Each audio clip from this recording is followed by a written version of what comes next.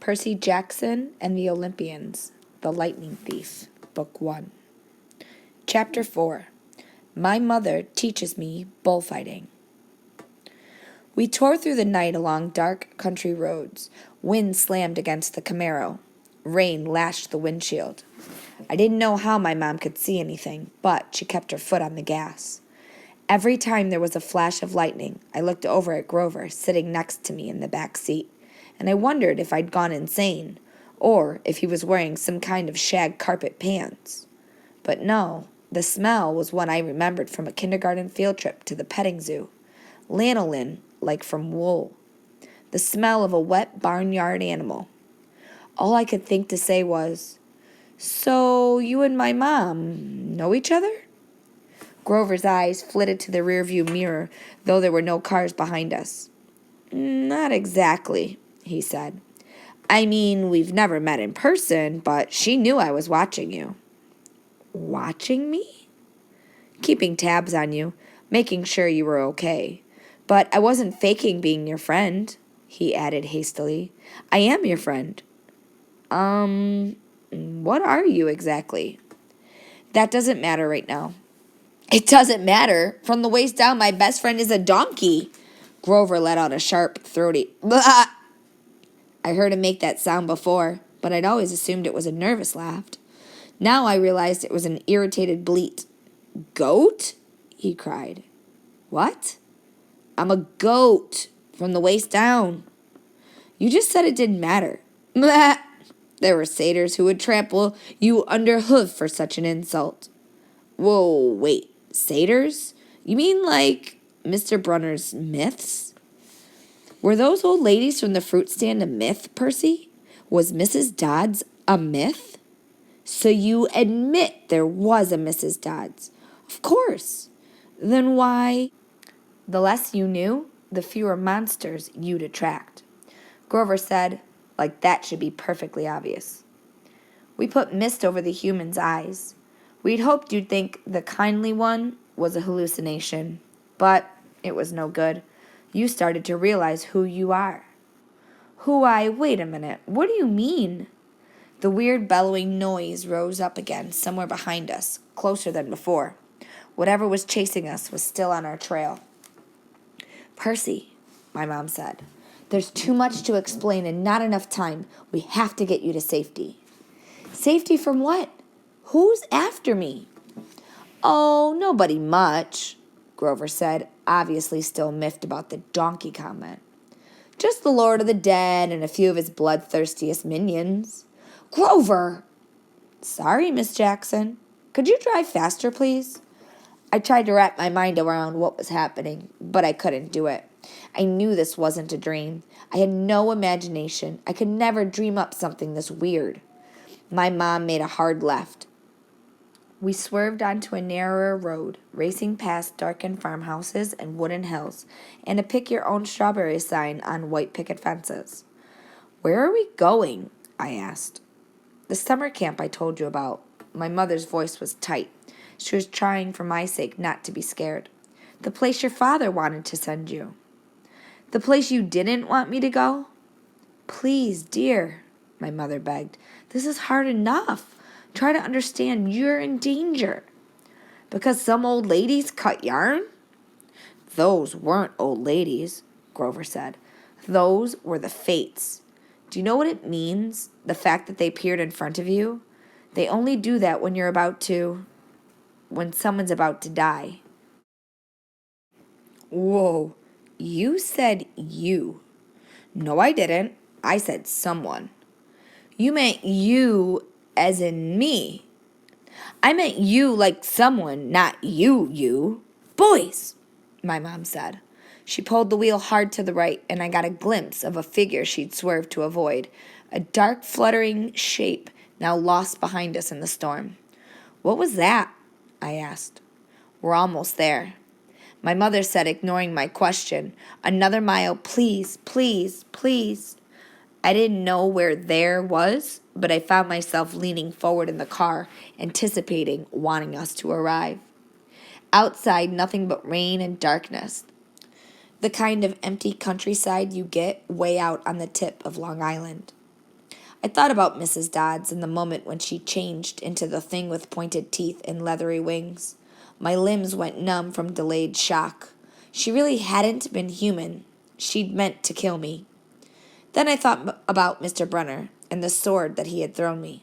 Before I could ask Grover about that, the hair rose on the back of my neck. There was a blinding flash, a jaw-rattling boom, and our car exploded.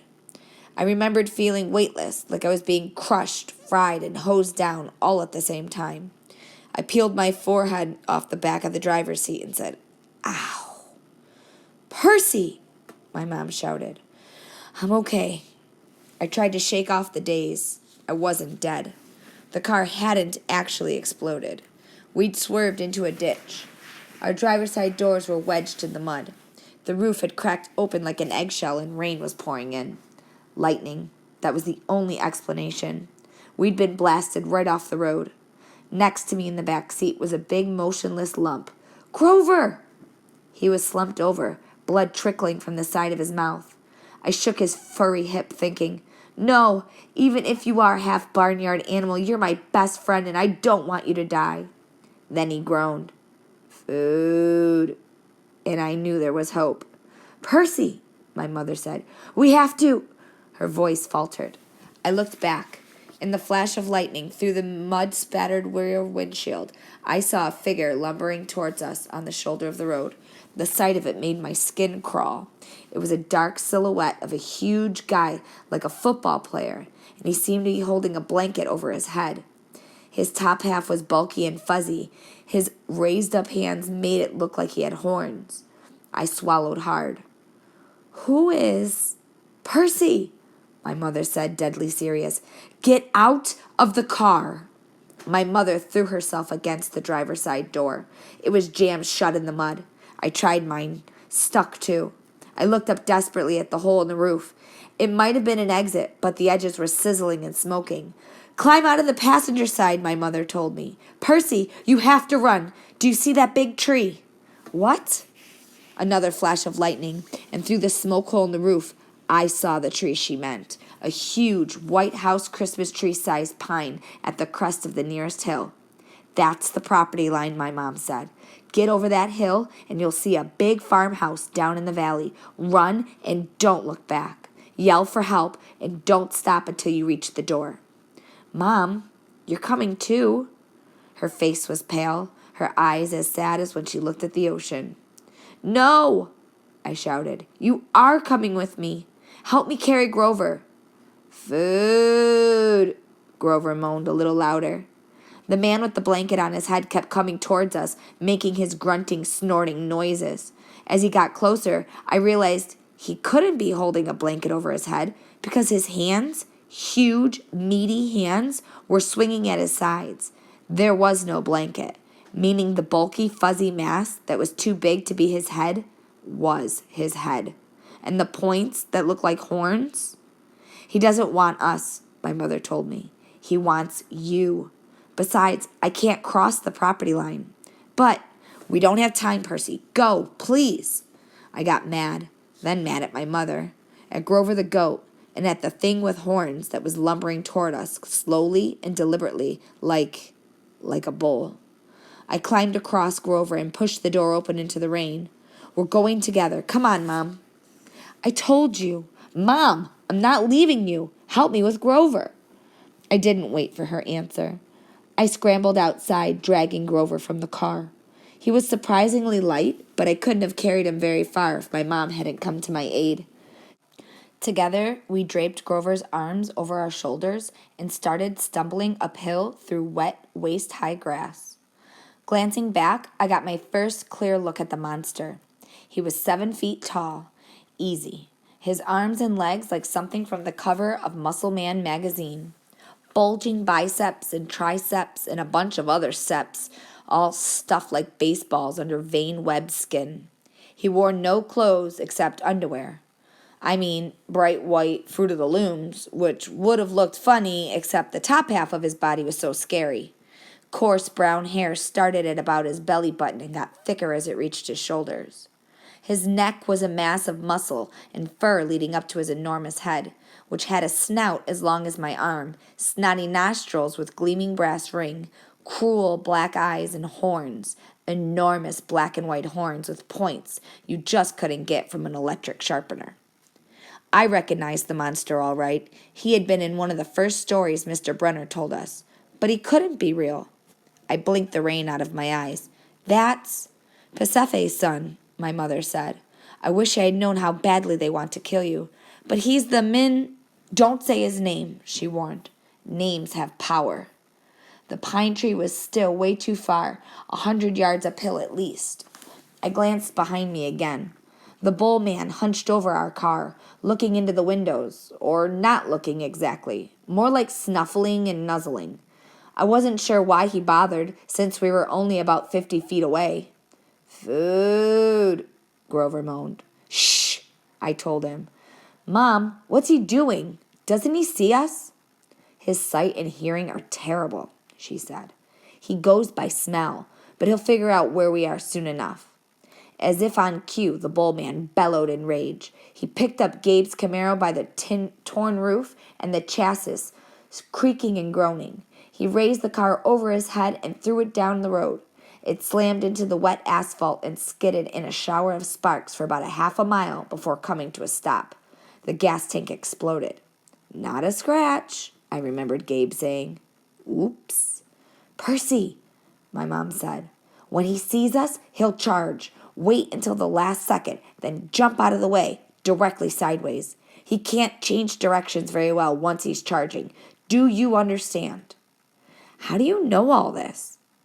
I'd been worried about an attack for a long time. I should have expected this. I was selfish keeping you near me. Keeping me near you, but... Another bellow of rage, and the bull man started tromping uphill. He smelled us. The pine tree was only a few more yards, but the hill was getting steeper and slicker, and Grover wasn't getting any lighter. The bull man closed in. Another few seconds, and he'd been on top of us. My mother must have been exhausted, but she shouldered Grover. Go, Percy! Separate! Remember what I said! I didn't want to split up, but I had the feeling she was right. It was our only chance. I sprinted to the left, turned, and saw the creature bearing down on me. His black eyes glowed with hate. He reeked like rotten meat. He lowered his head and charged, those razor-sharp horns aimed straight at my chest. The fear in my stomach made me want to bolt, but that wouldn't work. I could never outrun this thing, so I held my ground, and at the last moment, I jumped to the side. The bull man stormed past like a freight train, then bellowed with frustration and turned, but not toward me this time, toward my mother, who was setting Grover down in the grass. We'd reached the crest of the hill. Down the other side I could see the valley, just as my mother had said, and the lights of the farmhouse glowing yellow through the rain. But that was half a mile away. We'd never make it. The bull man grunted, pawing the ground. He kept eyeing my mother, who was now retreating slowly downhill, back toward the road, trying to lead the monster away from Grover. Run, Percy, she told me. I can't go any farther. Run! But I just stood there, frozen in fear, as the monster charged her. She tried to sidestep as she had told me to do, but the monster had learned his lesson. His hand shot out and grabbed her by the neck as she tried to get away. He lifted her as she struggled, kicking and pummeling the air. Mom! She caught my eyes, managed to choke out one last word. Go! Then, with an angry roar, the monster closed his fist around my mother's neck, and she dissolved before my eyes, melting into light, a shimmering golden form, as if she were a holographic projection, a blinding flash, and she was simply gone. No! Anger replaced my fear. Newfound strength burned in my limbs, the same rush of energy I'd gotten when Mrs. Dodds grew talons. The bull man bore down on Grover, who lay helpless in the grass.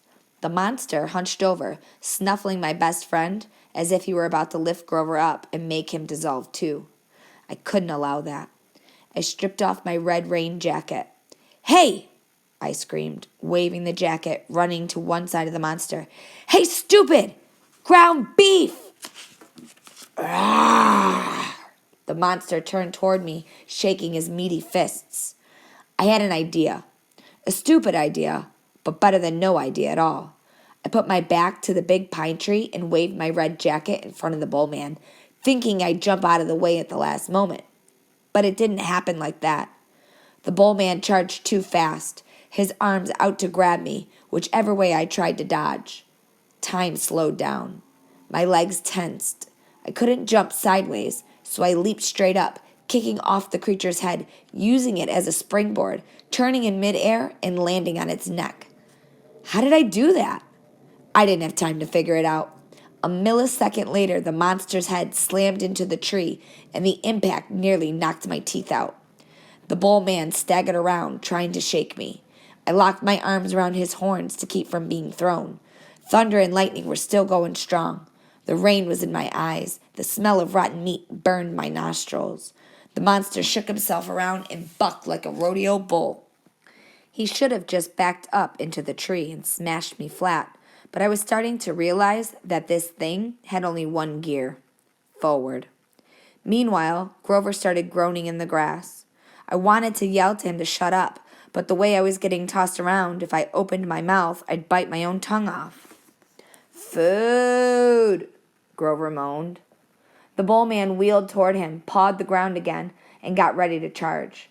I thought about how he had squeezed the life out of my mother, made her disappear in a flash of light, and rage filled me like high-octane fuel. I got both hands around one horn, and I pulled backward with all my might. The monster tensed, gave a surprised grunt, and then snap. The bull man screamed and flung me through the air. I landed flat on my back in the grass. My head smacked against a rock. When I sat up, my vision was blurry, but I had a horn in my hands, a ragged bone weapon size of a knife. The monster charged. Without thinking, I rolled to one side and came up kneeling. As the monster barreled past, I drove the broken horn straight into his side, right up under his furry rib cage. The bull man roared in agony. He flailed, clawing at his chest, and then began to disintegrate. Not like my mother, in a flash of golden light, but like a crumbling sand, blown away in chunks by the wind, the same way Mrs. Dodds had burst apart. The monster was gone. The rain had stopped. The storm still rumbled, but only in the distance. I smelled like livestock, and my knees were shaking. My head felt like it was splitting open. I was weak and scared and trembling with grief. I had just seen my mother vanish. I wanted to lie down and cry, but there was Grover needing my help. So I managed to haul him up and stagger down into the valley toward the lights of the farmhouse. I was crying, calling for my mother, but I held on to Grover. I wasn't going to let him go. The last thing I remember is collapsing on a wooden porch, looking up at a ceiling fan circling above me, moths flying around a yellow light, and the stern faces of a familiar-looking bearded man and a pretty girl, her blonde hair curled like a princess's. They both looked down at me, and the girl said, "He's the one? He must be." "Silence, Annabeth," the man said. "He's still conscious. Bring him inside."